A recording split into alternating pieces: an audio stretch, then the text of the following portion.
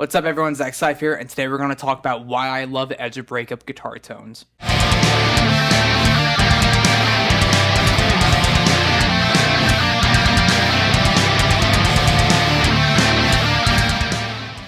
So the reason I want to talk about edge of breakup tones today is because it's something that I'm starting to use a lot more myself, both live and in studio, and it's a type of guitar tone that I've been trying to get and achieve for a long time now. The main thought process behind an edge of breakup tone is to set up your guitar amplifier to the point where it's about to break up and distort, and then play with the balance between how clean or distorted you want your main tone to be. So edge of breakup tones can be best described as when the amplifier is starting to break up the clean sound, or when it's starting to get pushed. So for example, if I play this tone, it comes across as totally clean and clear.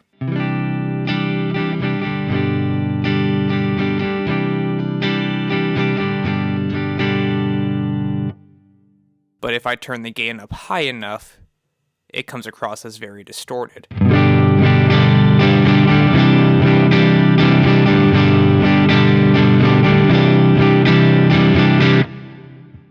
So an edge of breakup tone is supposed to bridge the gap so that you as the player can control how clean or distorted your tone is at any given time. Real quick before we go any further, according to my analytics, less than 90% of you who watch my videos on a regular basis are subscribed. Please just take 2 seconds, hit that subscribe button. Feel free to leave a like and a comment to let me know your thoughts about this video. With that out of the way, let's keep on going. So what causes an amplifier to break up in the first place anyway? That's where tubes come into play. If we're talking about an old school traditional tube amplifier, the little glass tubes that you see in the back of those amplifiers are the cause of natural distortion and breakup. Tubes help to amplify the weakened instrument signal through the flow of electrons. That's your basic explanation as to how tubes amplify your guitar's signal. The louder the signal that's going into an amplifier's preamp section is, the more likely it is to cause breakup. The preamp is the first part of the signal chain inside of your amplifier that your guitar signal hits. That's usually where you can find the tone stack of your amplifier. That's where you have your treble, middle, bass controls.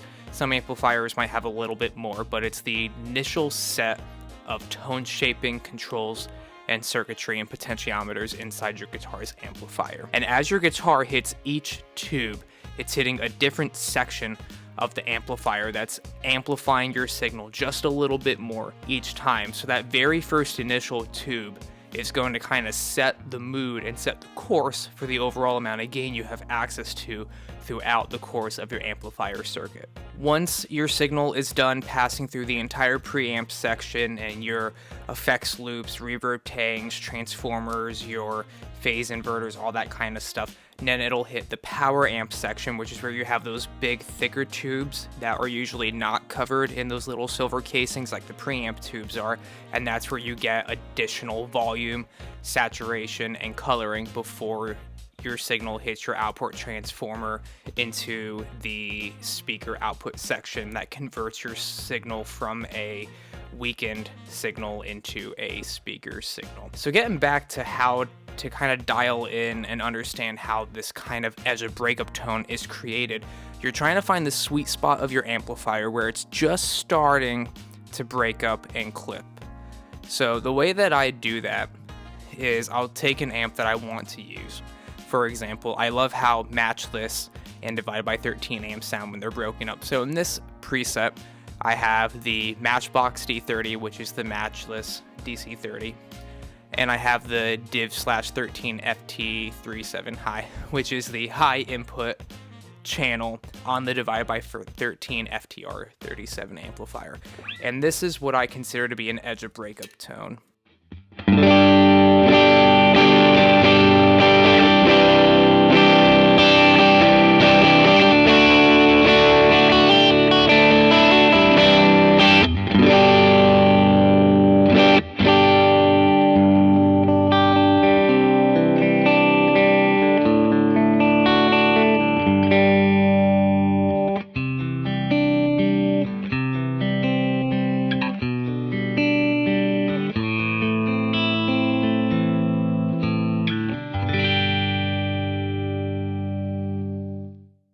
You can hear how I can effortlessly switch between a decent amount of overdrive and distortion into an almost completely clean signal just by how hard I'm picking or playing the guitar. And that's because we're not clipping the amplifier past the point of no return, or what we would call full-on or natural distortion. Clipping is when you push tubes past their limit and they can no longer amplify the signal anymore, so they start clipping. In this case, tube amplifiers are what we call soft clipping versus hard clipping, which is present in different types of circuitry. So what we're doing is, because the tube is clipping, it's adding more distortion and more harmonic content.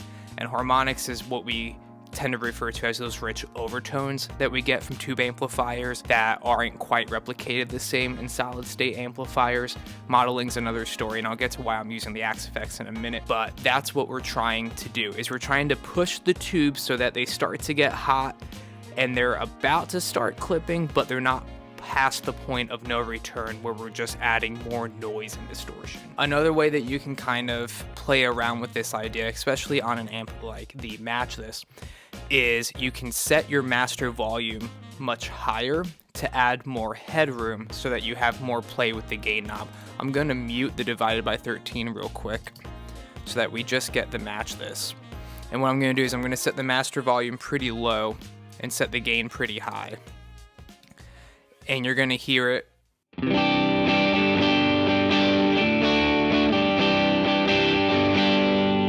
And as I increase the master volume,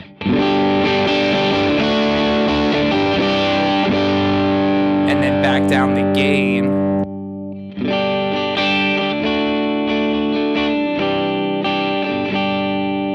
not only does it clean up a bit more, but it gives me a lot more play room to dial in this tone. And honestly, as it's set right now, that's pretty close to Edge of Breakup. I'm gonna play that a little higher, switch to my bridge pickup.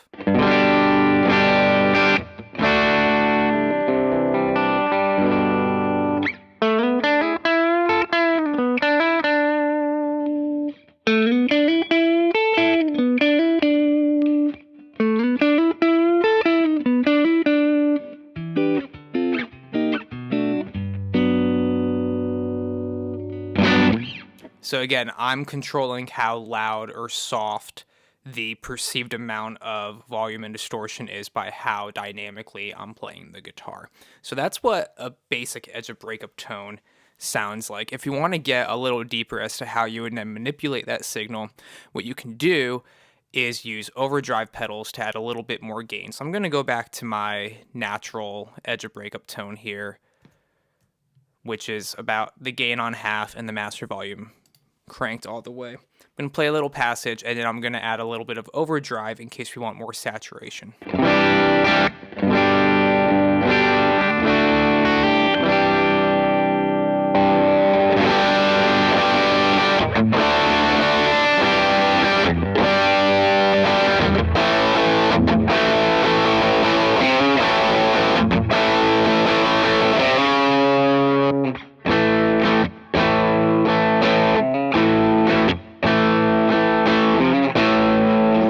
It's a massive difference using an overdrive pedal to push an amp past its edge of breakup versus just distorting the amplifier louder. It allows you to have a little bit more control. It allows you to cut a little bit of that flubby low end by boosting the front and not completely overdriving the entire preamp signal. And it just adds more versatility and variety. That's why there's so many overdrive pedals on the market. You can set most amplifiers to this edge of breakup tone and then use your flavor of choice of overdrive, boost, or distortion pedal to then get just that little bit more when you need it. This is great for gain staging, stacking multiple gain pedals together, like maybe a boost into a light overdrive into a heavy overdrive. I'm not going to go super in depth with that. If you want more of that, you can check out so many other YouTube videos that do a great explanation of that. But what I am going to show you is where I think fuzz pedals really shine. So I'm going to go back to my drive block here. I'm going to turn on my fuzz, which is the Pi fuzz based off of the Big Muff, if I'm not mistaken. So here's our bypass tone, right? Our edge of breakup tone. And here it is with the fuzz.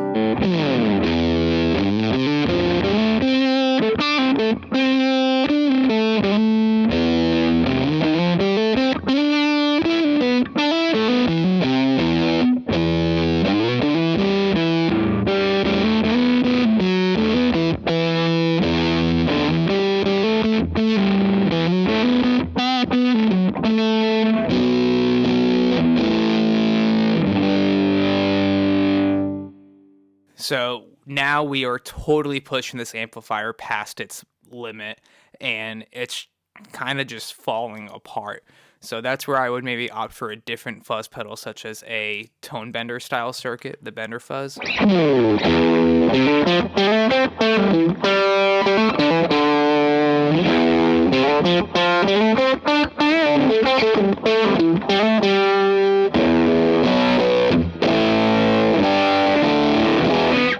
And as you can see, these pedals are all reacting differently to the amplifier. So you can really just kind of play around with what it is you're really going for and dial in your ideal tone from there.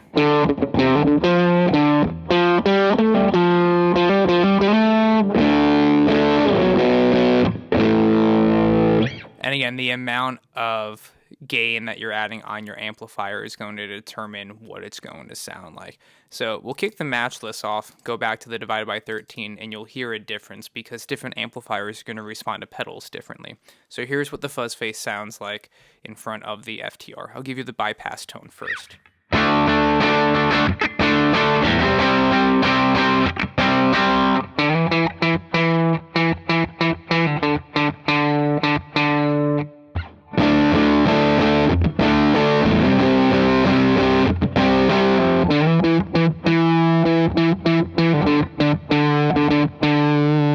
See, I think the fuzz face sounds better in front of the FTR. We'll put the tone bender back on.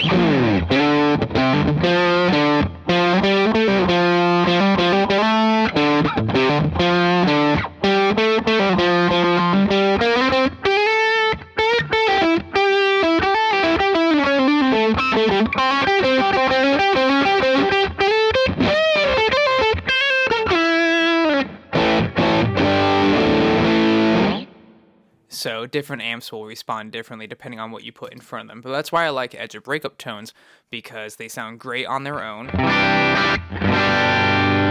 Like that's a great kind of classic Tom Petty kind of tone, right?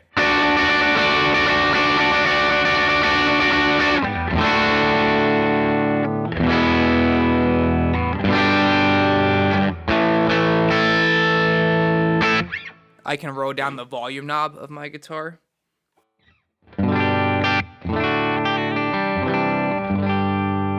Or switch pickups and it becomes clean.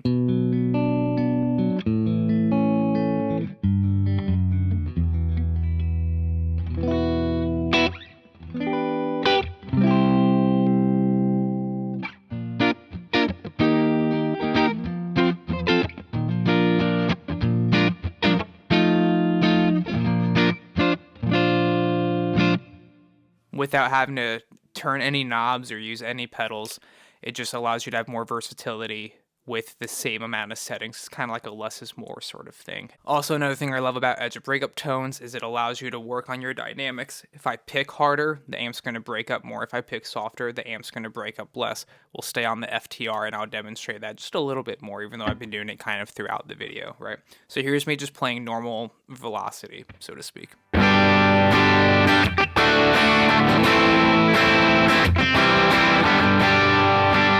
A little bit softer.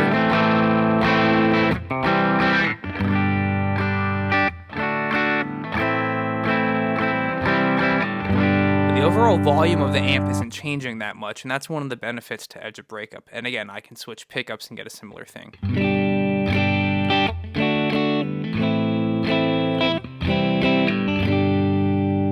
Or just turn down my volume knob. And what you could do is you could set it so that your volume at 7 or 8 is your clean tone, and then at 10 is more of your Edge of Breakup tone.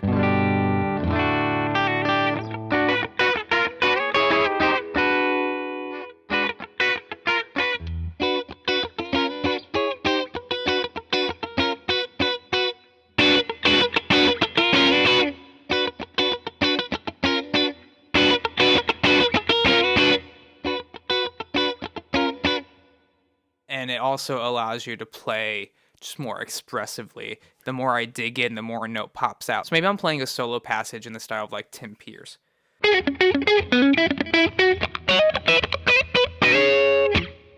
maybe I want it a little bit cleaner. I can just take my volume, turn it down to like 7 or 8.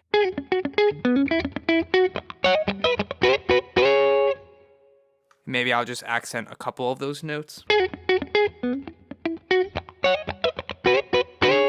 Also, since we're already pushing the amplifier a little bit towards its natural state of wanting to break up, we don't need to rely on a compressor to kind of even out those dynamics, because as I just demonstrated, the amplifier is producing a very similar output level. We're just varying the amount of distortion or breakup that we're causing. So you can keep the compressor off, which forces you to work on how even your playing is. If I keep a compressor on, it kind of defeats the purpose of this tone. So here it is with the compressor on. If I pick softer, or turn my volume down a little bit, it's not changing the tone all that much. So you can stop relying on your compressor to even out and keep your signal clean, and you can focus more on your dynamics. Now again, a compressor is a fantastic tool. I use it for funk playing, comping, and leads all the time. But you don't need to have it always on, because now that's going to become a crutch where you start to lose how much dynamic you have in your picking hand and your volume knob, because you're relying on the compressor to kind of do all that for you. Now again, for certain styles of music like metal, prog, and hard rock, maybe you want to just, hit as hard as you can all the time. Fine, still don't really need a compressor for that, because if I just pick consistently,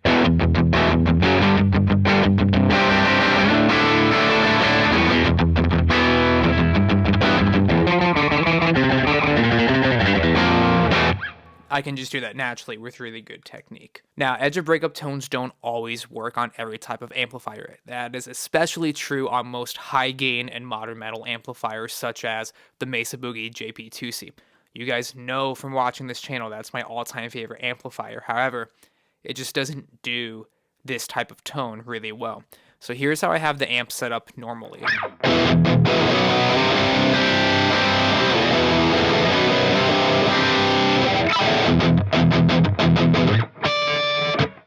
Very saturated, very overdriven. If I start bringing the gain down,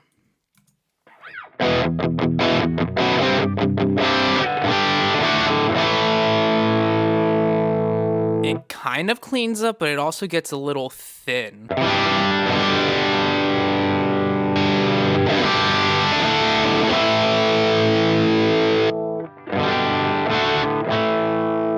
And like it kind of works on one.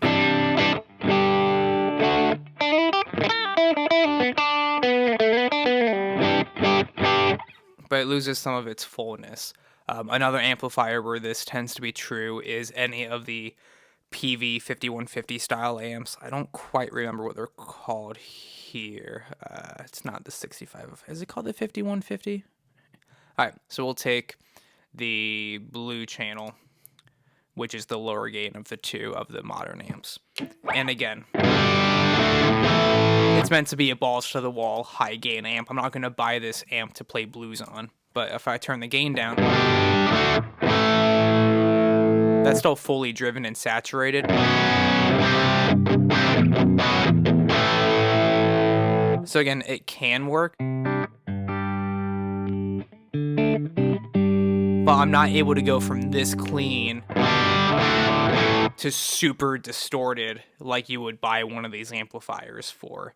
So you kind of have to pick your poison. And again, this is with the master volume on 5. If you ever plug into 5150 amp and you set the master volume to 5, you're going to be peeling paint off the walls and causing permanent hearing damage. So it's not realistic in a real world application. You have to really crank this amp in order for it to start to respond the same way that I have the other amps do. But again, I can keep the gain pretty reasonable. Both of these amps have their gain on 5. I have the master volumes cranked, but I can go between pretty clean and very distorted.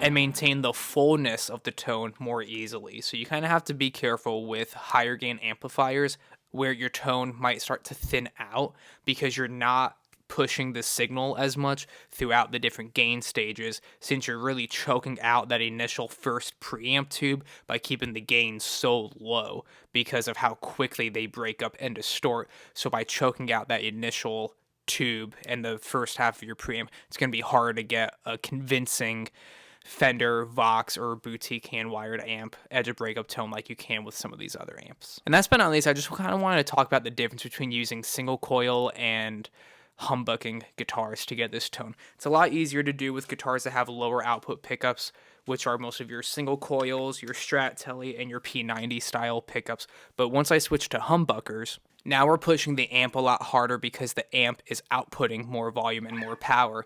So playing the same passages on this guitar, my Musicman Majesty, I'm going to produce a more distorted tone off the bat.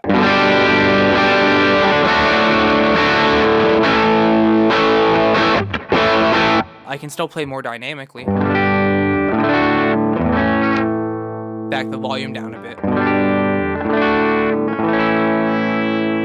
Not quite the same.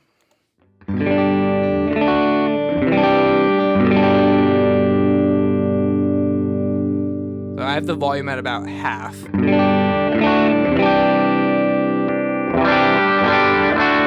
And still getting quite a bit of gain, so you just kind of have to be careful when using humbuckers. So what I would do in this situation is I would probably back the gain down on both amps in order to make that my limit, and then roll back the volume.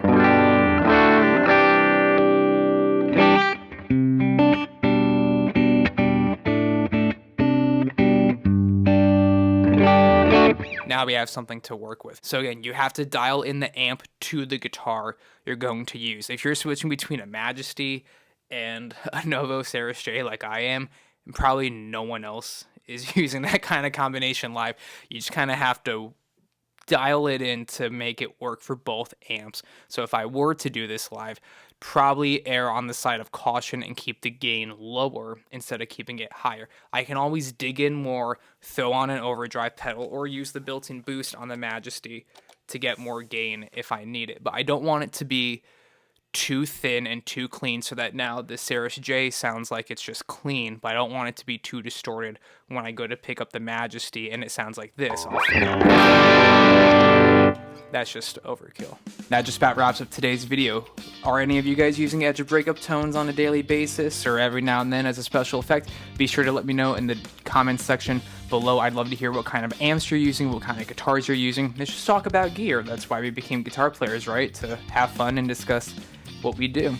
If you are not following me on Facebook, Instagram, or even subscribed to my YouTube channel, all of those links are in the description as well. Until next time, everyone, keep on following your dreams.